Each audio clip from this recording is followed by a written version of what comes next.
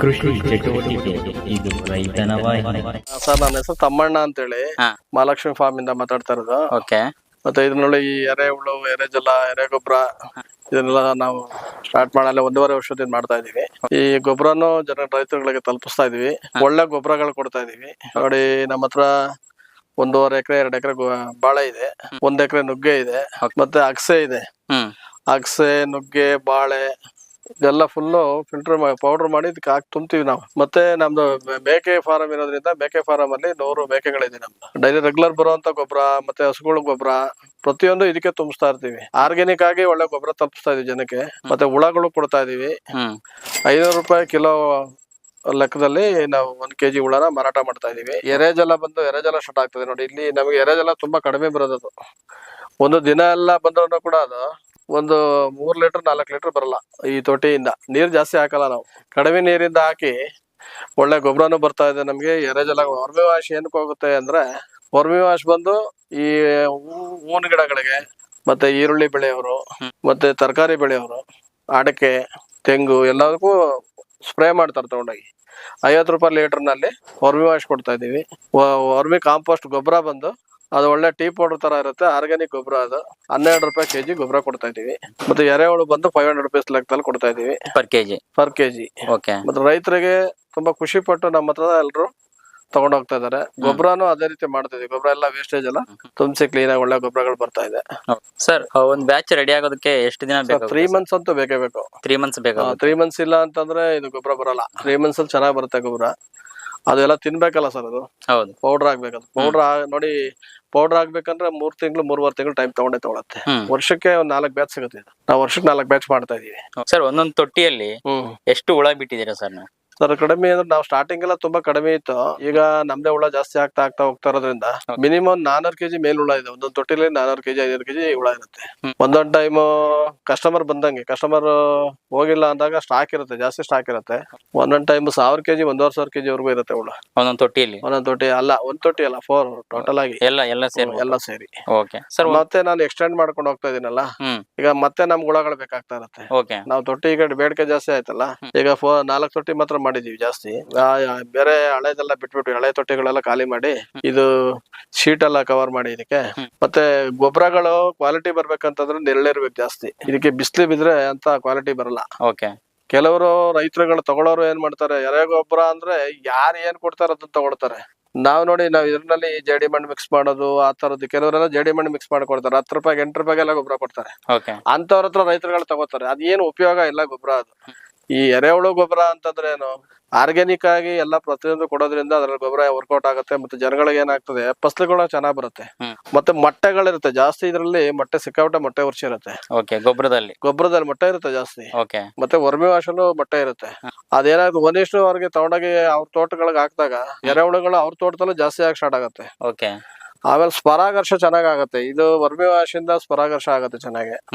ಹೂಗಳೆಲ್ಲ each ಕಟ್ಟೋದು, ಹೂ ಕಟ್ಟೋದು ಎಲ್ಲ ಚೆನ್ನಾಗ್ ಆಗತ್ತೆ. ಈ ಪ್ರತಿಯೊಂದು ನೋಡಿ, ಬಟರ್ ಫ್ರೂಟ್ ಇಂದ ಹಿಡಿದು ಮಾವು, ಸೀತಾಫಲ ಅದಕ್ಕೆಲ್ಲ ತಗೊಂಡೋಗೋರು ಇದಾರೆ. ನಿಂಬೆಗೆ ತಗೊಂಡೋಗೋರು ಇದಾರೆ. ಕಾಜು ನಿಂಬೆಗೆ ಯಾರೋ ಒಬ್ರು ತಗೊಂಡೋದ್ರು. 600 ಲೀಟರ್ ವರೆಗೂ ಸ್ಟಾಕ್ ತಗೊಂಡೋಗಿದ್ದಾರೆ ಕೆಲವರು. ಆಮೇಲೆ ತೋಟ ಪ್ರತಿಯೊಂದು ಎಲ್ಲಾ ಹಣ್ಣು ಬೆಳೆಯುವಂತವ್ರು ಕಡೂರ್ನವ್ರೊಬ್ರು 800 ಲೀಟರ್ ತಗೊಂಡಿದ್ದಾರೆ, ಜಿಲ್ಲಾ ಪಂಚಾಯತ್ ಮೆಂಬರ್. ಈಗ ಹೋಗ್ತಾ ಇರತ್ತೆ, ತಗೊಂಡೋಗ್ತಾ ಇರ್ತಾರೆ. ಬೆಂಗಳೂರು ಟೆರೆಸ್ ಗಾರ್ಡನ್ ಅವರು, ಮತ್ತೆ ಈ ನಾನ್ ವೆಜ್ಜಿನ ಮಾಡುವಂತವ್ರು ಇರ್ತಾರಲ್ಲ ಅವರುಗಳು, ಮತ್ತೆ ಸ್ಕೂಲ್ನವರೆಲ್ಲ ನನಗೆ ಜಾಸ್ತಿ ಗೊಬ್ಬರಗಳು ಕೇಳ್ತಾ ಇದ್ದಾರೆ. ಇತ್ತೀಚೆಗೆ ಬೇಡಿಕೆ ಜಾಸ್ತಿ ಆಗ್ತಾ ಇದೆ.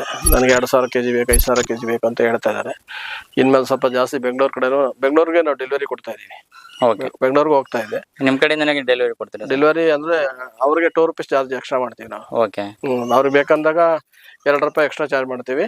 ಅವ್ರಿಗೆ ಡೆಲಿವರಿ ಕೊಡ್ತಾ ಇದೀವಿ. ಯಾಕೆ ಇಲ್ಲಿಂದ ನಮ್ಗೆ ಕಾಸ್ಟ್ ಜಾಸ್ತಿ ಆಗತ್ತಲ್ಲ, ಹಂಗಾಗಿ ಬೇರೆ ಗಾಡಿಗಳು ಮಾಡಿ ಕಳಿಸ್ಕೊಡ್ತೀವಿ. ನಮ್ ತೋಟದಲ್ಲಿ ಏನ್ ಸಿಗುತ್ತೆ ಅದನ್ನೆಲ್ಲ ಹಾಕ್ತಾ ಇದೀವಿ. ನೋಡಿ, ಬಾಳೆ ಹಾಕ್ತಾ ಇದೀವಿ, ಪೊಟಾಶ್ ಜಾಸ್ತಿ ಇರುತ್ತೆ ಅದ್ರಲ್ಲಿ. ನುಗ್ಗೆ ಹಾಕ್ತಾ ಇದೀವಿ, ಅದ್ರಲ್ಲಿ ನೈಟ್ರೋಜನ್ ಜಾಸ್ತಿ ಇದೆ. ಮತ್ತೆ ಅಗಸೆ ಹಾಕ್ತಾ ಇದೀವಿ. ಏನ್ ಬೆನಿಫಿಟ್ ಇದೆ ರೈತರುಗಳಿಗೆ ಅದನ್ನು ನೋಡ್ಬೇಕು ಅವ್ರು. ಗೊಬ್ಬರ ಯಾವ ರೀತಿ ಕೊಡ್ತಾರೆ ನೋಡಿ. ನಮ್ಗೆ ನಮ್ದು ಏನ್ ಕುರಿ ಸಾಕ್ತಾ ಇದೀವಿ, ನಮ್ ಕುರಿದು ಮೇಕೆದು ಏನ್ ಗೊಬ್ಬರ ಬರ್ತಾ ಇದೆ ಅದು ಕೂಡ ನಾವು ಕಂಪ್ಲೀಟ್ ಈ ಗೊಬ್ಬರಕ್ಕೆ ಮಿಕ್ಸ್ ಮಾಡ್ತಾ ಇದೀವಿ. ಮತ್ತೆ ನೋಡಿ, ಸಗಣಿ ಗೊಬ್ಬರ ನೋಡಿ, ಹುಳ ನೋಡಿ, ಹುಳುನು ಗೊತ್ತಾಗ್ತದಲ್ಲ ನಿಮ್ಗೆ ಇಲ್ಲಿ? ಕಾಣಿಸ್ತಾ ಇದೆ ನೋಡಿ, ಕಾಣಿಸ್ತಾ ಇದೆಯಲ್ಲ? ನೋಡಿ ಎಷ್ಟು ಹುಳು ಇರುತ್ತೆ ಅಂದ್ರೆ ಹುಳುನು ಜಾಸ್ತಿ ಬೇಕು. ಹುಳು ಇಲ್ಲ ಅಂದ್ರೆ ಗೊಬ್ಬರ ಕ್ವಾಲಿಟಿ ಬರಲ್ಲ. ಹುಳು ಎಷ್ಟು ತಿನ್ನುತ್ತೆ ಅದು, ಅದರಲ್ಲೇ ಮೊಟ್ಟೆ ಇರ್ಬೋದು, ಮತ್ತೆ ವರ್ಮಿ ವಾಶ್ ಈಚೆ ಬರುವಂತದ್ದು ಹುಳುನು ಇರ್ಬೇಕು. ಒಂದ್ 300 ಇಂದ 400 500 kg ಒಂದ್ ತೊಟ್ಟಿನಲ್ಲಿ ಹುಳು ಇಲ್ಲ ಅಂದ್ರೆ ಬರೀ 2 kg ಬಿಟ್ಬಿಡ್ತಾರೆ, 5 kg ಬಿಟ್ಬಿಡ್ತಾರೆ. ಅದು ಹುಳು ತಿನ್ನೋದಿಲ್ಲ, ಜಾಸ್ತಿ ಸಿಕ್ಕಾಬಿಟ್ಟೆ ಟೈಮ್ ತಗೊಳುತ್ತೆ. ಹಂಗಾಗಿ ಹುಳುನು ಇದ್ರೇನೆ ಅದು ತಿನ್ನಕ್ ಆಗೋದು. ಹುಳು ಜಾಸ್ತಿ ಬಿಡ್ಬೇಕು. ನಾವು ಹುಳು ಕೂಡ ನಮ್ಮ ಹತ್ರ ಸ್ಟಾಕ್ ಇದ್ದೇ ಇರೋದು. ಹುಳುನು ವ್ಯಾಪಾರಕ್ಕೆ ಅಂತಾನೆ ಅಲ್ಲ, ನಮ್ಗೆ ಪೌಡರ್ ಮಾಡೋಕ್ಕೋಸ್ಕರನಾರು ಹುಳ ಬೇಕೇ ಬೇಕು. ಹುಳುನು ಇಟ್ಕೋಬೇಕು, ಹುಳುನು ಇಟ್ಕೊಂಡೇ ಮಾಡ್ತಾ ಇದೀನಿ. ಸರ್ ಈ ಹುಳ ಯಾವ ತಳಿ ಸರ್? ಸರ್ ಇದು ಸೌತ್ ಆಫ್ರಿಕನ್ ತಳಿ. ಇದು ಸೌತ್ ಆಫ್ರಿಕನ್ ತಳಿ. ಸೌತ್ ಆಫ್ರಿಕನ್ ತಳಿ. ನನಗೆ ಒಬ್ರು ನಮ್ ಗುರುಗಳೊಬ್ರು ಕೊಟ್ಟಿದ್ದದು. ಅವ್ರು ಇದನ್ನೇ ಮಾಡಿ ನೀವು ಸಕ್ಸಸ್ ಮಾಡ್ತೀರಾ ಅಂತ ಹೇಳಿ ಕೊಟ್ರು.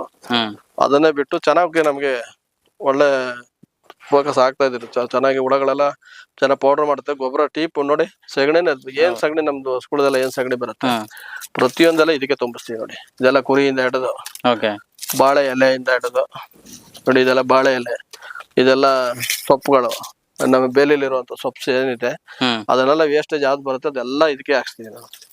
ಮತ್ತೆ ತೆಂಗಿಂದು ಏನ್ ನಾರುಗಳು ಬರುತ್ತೆ, ತೆಂಗಿನ ನಾರಿಂದ ಹಿಡಿದು ಪ್ರತಿಯೊಂದು ನಮ್ ತೋಟದಲ್ಲಿ ಯಾವ್ದಿದೆ ಎಲ್ಲ ಪ್ರತಿಯೊಂದು ಆಗ್ತಾ ಇದೆ. 2 months ಅಲ್ಲೆಲ್ಲ ಟೀ ಪೌಡರ್ ತರ ಆಗ್ಬಿಡ್ತೀವಿ. ಇಲ್ಲಿ ನೋಡಿ, ಈಗ ಆಲ್ರೆಡಿ ಇದು ಗೊಬ್ಬರ ಬಂದಿದೆ. ರೆಡಿ ಇರೋದು ಇದು ಫಿಲ್ಟರ್ ಮಾಡಿ ಕೊಡೋದಷ್ಟೇ. ಇದು ನಮ್ಗೆ ಒಂದು ತೊಟ್ಟಿ ಖಾಲಿ ಮಾಡೋ ಅಷ್ಟೊತ್ತಿಗೆ ಇನ್ನೊಂದು ತೊಟ್ಟಿ ಬಂದಿರುತ್ತೆ ನೋಡಿ. ಇದೆಲ್ಲ ಪೌಡರ್ ಆಗಿದೆ ನೋಡಿ. ಇದು ಒಳಗಡೆ ಹೋದ್ರೆ ಒಳಗಡೆಯಿಂದ ತಿಂದಿರ್ಬೇಕು. ನಮ್ಗೆ ಹುಳ ಜಾಸ್ತಿ ಕೆಳಗಡೆ ಇರುತ್ತೆ. ನಾವು ಕೆಳಗಡೆ ಏನ್ ಮಾಡ್ತೀವಿ, ತೆಂಗಿನ ನಾರಿಂದ ಹಿಡಿದು ತೆಂಗಿನ ಮಟ್ಟೆಗಳನ್ನ ಫಸ್ಟ್ ಒಂದ್ ಲೇಯರ್ ಫಸ್ಟ್ ಜೋಡಿಸ್ತೀವಿ ಒಂದ್ ಕಡೆಯಿಂದ. ತೆಂಗಿನ ನಾರುಗಳೆಲ್ಲ ಜೋಡಿಸಿ ಅದ್ರ ಮೇಲ್ಗಡೆ ಒಂದ್ ಲೇಯರ್ ಬಾಳೆ ಎಲೆ ಮತ್ತೆ ಬಾಳೆ ದಿಂಡು ಅದನ್ನೆಲ್ಲ ಕಟ್ ಮಾಡಿ ಹಾಕ್ತಿವಿ. ಮತ್ತೆ ನುಗ್ಗೆದು ಪೌಡರ್ ಏನ್ ಮಾಡ್ಸಿರ್ತೀವಿ ಆ ಪೌಡರ್ನೆಲ್ಲ ತುಂಬ್ತೀವಿ. ತಿರ್ಗಿ ಒಂದ್ ಲೇಯರ್ ಗೊಬ್ಬರ ಹಾಕ್ತಿವಿ. ಒಂದ್ 6 ರಿಂದ 7 ಲೇಯರ್ ಮತ್ತೆ ಚೇಂಜ್ ಮಾಡಿ ಗೊಬ್ಬರಗಳು ತುಂಬಿಸಿರ್ತೀವಿ. ಒಳ್ಳೆ ಕ್ವಾಲಿಟಿ ಬರುತ್ತೆ ಗೊಬ್ಬರ ಮಾತ್ರ, ತುಂಬಾ ಒಳ್ಳೆ ಕ್ವಾಲಿಟಿ ಇರುತ್ತೆ. ತಗೊಂಡೋಗೋರು ಅಷ್ಟೇ ತುಂಬಾ ಇಷ್ಟಪಟ್ಟು ನಾವ್ ಹತ್ರ ಹೇಳ್ತಾರಲ್ಲ, ಒಳ್ಳೆ ಬೆಳೆ ಫಸಲು ಬರ್ತಾ ಇದೆ ಅಂತೇಳಿ. ಆನೇಕಲ್ ಅವರೊಬ್ರು ತಗೊಂಡಿದ್ರು ದಗನಿಕೋಟೆ ಹತ್ರ. ಅವರು ತುಂಬಾ ಮೊನ್ನೆ ಫೋನ್ ಮಾಡಿ ತುಂಬಾ ಇಷ್ಟಪಟ್ಟು ತಿರುಗಿ ಮತ್ತೆ ಈ ತಿಂಗಳು ಗೊಬ್ಬರ ಹೇಳ್ತೀನಿ ಅಂತ ಹೇಳಿದಾರೆ ಅವರು. ಮತ್ತೆ 1.5 ಎಕರೆ ಬೇರೆ ಯಾವ್ದೋ ಒಂದು ಪ್ಲಾಂಟೇಶನ್ ಮಾಡ್ತಾ ಇದೀನಿ, ಗೊಬ್ಬರ ಕೊಡಿ ಅಂತ ಕೇಳಿದ್ದಾರೆ. ನೋಡಿ, ಇದನ್ನ ಫಿಲ್ಟರ್ ಮಾಡ್ತೀವಿ ಈ ತರ, ಈ ಜರಡಿಯಲ್ಲಿ ಹಾಕಿ. ಏನ್ ಇದು ನೋಡಿ, ಗೊಬ್ಬರ ಬಂದಿರೋದೆಲ್ಲ ಈ ಟೀ ಪೌಡರ್ ತರ ಇರುತ್ತೆ. ಸೊ ಇದು ಫೈನಲ್ ಪ್ರಾಡಕ್ಟ್. ಇದು ಫೈನಲ್. ಇದು ಇದಾದ್ಮೇಲೆ ನೋಡಿ, ನಾವು ಕೊಡೋ ಗೊಬ್ಬರದಲ್ಲಿ ರೈತರಿಗೆ ಏನ್ ಅನುಕೂಲ ಅಂದ್ರೆ ಇದ್ರ ಮೊಟ್ಟೆ ಎಲ್ಲ ಇರುತ್ತೆ. ಮತ್ತೆ ಒಂದು ಸಣ್ಣ ಸಣ್ಣ ಹುಳ ಎಲ್ಲ ಬಿದ್ದ್ಬಿಡತ್ತೆ ಅಂತ ಇಟ್ಕೊಳ್ಳಿ. ನಾವ್ ಅದನ್ನೇನ್ ಎತ್ತಲ್ಲ ನಾವು. ನೋಡಿ ನೋಡಿ ಅಲ್ಲಿ ಅದೆಲ್ಲ ರೈತರಿಗೆ ಅದು ರೈತರಿಗೆ ಹೋಗುತ್ತದು. ಅದೊಂದು ಬೆನಿಫಿಟ್ ಅವ್ರಿಗೆ. ಅವ್ರು ಆ ಜಮೀನಲ್ಲಿ ಹುಳ ಜಾಸ್ತಿ ಆಗಕ್ ಸ್ಟಾರ್ಟ್ ಆಗುತ್ತೆ. ಈ ಹುಳದಿಂದ ಪ್ರಾಡಕ್ಟ್ ಜಾಸ್ತಿ ಆಗ್ತದೆ ಅವ್ರಿಗೆ. ನೋಡಿ, ಗೊಬ್ಬರ ಇದು ಕೈನಲ್ಲಿ ಹಿಡ್ಕೊಂಡ್ರು ಕೂಡ ಫೈನಲ್ ಏನಾಗ್ತದೆ, ಇದು ಚೆನ್ನಾಗಿ ಗೊಬ್ಬರ ಆಗುತ್ತೆ. ಟೀ ಪೌಡರ್ ತರ ಆಗಿರುತ್ತಲ್ಲ, ಇದು ಕಚ್ಕೊಳೋದು ಇಲ್ಲ, ಕೈಗೆ ಕೂಡ ಕಚ್ಕೊಳಲ್ಲ. ಇದು ಈ ಟೈಪ್ ಆಗಿರುತ್ತೆ. 2.5 ರಿಂದ 3 ತಿಂಗಳಿಗೆ ಈ ಟೈಪ್ ಎಲ್ಲ ಆಗಿರುತ್ತೆ. ನೋಡಿ ಆ ನೊರೆ ನೋಡಿ ಹೆಂಗ್ ಬರ್ತಾ ಇದ್ರೆ, ಎಷ್ಟು ಪವರ್ ಇದೆ ಅಂತ. ವರ್ಮಿ ವಾಶ್ ಅಲ್ಲಿ ನೋಡಿ, ಈಗ 5 ಲೀಟರ್ 10 ಲೀಟರ್ ಎಲ್ಲ ವರ್ಮಿ. ಈಗ ಇದು ಬೆಂಗಳೂರಿನಲ್ಲಿ ಟೆರಸ್ ಗಾರ್ಡನ್ ಜಾಸ್ತಿ ಯೂಸ್ ಮಾಡ್ತಾರೆ. ಹುಳಗಳು ಬರಲ್ಲ ಇದರಿಂದ. ವರ್ಮಿ ವಾಶ್ ಹೊಡೆದ್ರೆ ಹುಳಗಳು ಬರಲ್ಲ ಅದಕ್ಕೆ. ಮತ್ತೆ ಹೂಗಳೆಲ್ಲ ಚೆನ್ನಾಗಿ ಒಳ್ಳೆ ಪರಾಗರ್ಶ ಆಗುತ್ತೆ, ಹೂಗಳು ಜಾಸ್ತಿ ಆಗುತ್ತೆ. ಈಚೆಗಳು ಕಟ್ಟೋದು, ಹೂವು ಕಟ್ಟೋದು, ಕ್ಯಾಪ್ಸಿಕಮ್ಗೆಲ್ಲ ಸ್ಪ್ರೇ ಆಗುತ್ತೆ. ಹುರುಳಿಕಾಯಿ ತರಕಾರಿ ಬೆಳೆಯವರು ಈ ವರ್ಮಿ ವಾಶ್ ತುಂಬಾ ಡಿಮ್ಯಾಂಡ್ ಇದೆ ಇದಕ್ಕೆ. ನಾವಾದ್ರೂ ಸಿಕ್ಕಾಪಟ್ಟೆ ಹೋಗುತ್ತೆ. ಎಲ್ಲಾ ಭಾಗದವರು ಕಳಿಸ್ಕೊಡಿ ಅಂತ ನಾನು ಟ್ರಾವೆಲ್ಸ್ ಗಳಲ್ಲಿ ಕಳ್ಸಿಕೊಡ್ತೀನಿ. ಬಸ್ ನಲ್ಲಿ ಹಾಕಿ ಕಳ್ಸೋದು, ಟ್ರಾವೆಲ್ಸ್ ಅಲ್ಲಿ ಹಾಕಿ ಕಳ್ಸೋದು ಎಲ್ಲ ಮಾಡ್ತೀವಿ. ಸರ್ವಿಸ್ ಚೆನ್ನಾಗಿ ಕೊಡ್ತಾ ಇದೀವಿ ನಾವು. ಹಂಗಾಗಿ ನಮಗೆ ಚಿಂತಾಮಣಿ, ಮಾಲೂರು, KGF, ಕೋಲಾರ, ಆಮೇಲೆ ದಗನಿಕೋಟೆ ಸೈಡು, ಆನೇಕಲ್ಲು, ಚಂದಾಪುರ ತರಕಾರಿ ಬೆಳೆಯವರೆಲ್ಲ ನನ್ನ ಕೇಳ್ತಾರೆ, ಕಳ್ಸಿಕೊಡ್ತೀನಿ ಅವ್ರಿಗೆ. ನೋಡಿ, ಯಾರಿಗೆ ಕಸ್ಟಮರ್ಸ್ಗೆ ನಮ್ಗೆ ನಮ್ಮ ವಿಡಿಯೋ ಇಷ್ಟ ಆಗಿದ್ದಲ್ಲಿ ನಮ್ಗೆ ಸಂಪರ್ಸ್ಬೋದು. ನಮ್ಮ ಫಾರಮ್ಗೆ ಬಂದು ಸಂಪರ್ಸ್ಬೋದು ನಮ್ಮನ್ನ. ಮತ್ತೆ ನಾವು ನಮ್ಮ ವಿಡಿಯೋನಲ್ಲಿ ನಂಬರ್ ಕೂಡ ಕೊಟ್ಟಿರ್ತೀವಿ, ನಮ್ಮನ್ನು ಕಾಂಟ್ಯಾಕ್ಟ್ ಮಾಡ್ಬೋದು. ಆರ್ಗ್ಯಾನಿಕ್ ಆಗಿ ಗೊಬ್ಬರ ಕೊಡ್ತಾರೆ ಜನಕ್ಕೆ. ಎಲ್ರಿಗೂ ಒಳ್ಳೆ ಗೊಬ್ಬರಗಳು ಸಿಗ್ತಾ ಇದೆ ನಮ್ಮ ಕಡೆಯಿಂದ. ವರ್ಮಿ ವಾಶ್ ಇರ್ಬೋದು, ಗೊಬ್ಬರ ಇರ್ಬೋದು, ಹುಳ ಇರ್ಬೋದು, ಒಳ್ಳೆ ಕ್ವಾಲಿಟಿ ಇರುತ್ತೆ. ಅವ್ರು ನಮ್ಮನ್ನ ಸಂಪರ್ಕಿಸ್ಬೋದು. ನಮ್ಮ ಫಾರ್ಮ್ಗೆ ಬಂದು ವಿಸಿಟ್ ಕೊಡ್ಬೋದು ಅವರು. ಕೃಷಿ ಚಟುವಟಿಕೆ ಇದು ರೈತನ ವಾಹಿನಿ. ಕೃಷಿ ಚಟುವಟಿಕೆ ಈ ವಿಡಿಯೋ ಇಷ್ಟ ಆದ್ರೆ ಸಬ್ಸ್ಕ್ರೈಬ್ ಮಾಡಿ.